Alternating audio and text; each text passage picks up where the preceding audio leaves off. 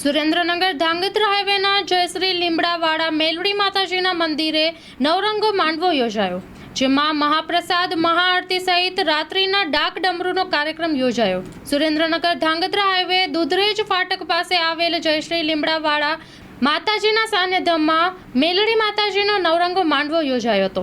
સવારથી ભક્તોની ભારે ભીડ જોવા મળી હતી। સાંજના સમયે મહાઆરતી તેમજ મહાપ્રસાદ ધરવામાં આવ્યો હતો। બહોળી સંખ્યામાં ભક્તોએ માતાજીના દર્શન તથા મહાપ્રસાદનો લાભ લીધો હતો અને રાત્રિના સમયે ડાક ડમરૂના સુપ્રસિદ્ધ કલાકાર દ્વારા ડાક ડમરૂની રમઝટ બોલાવી હતી।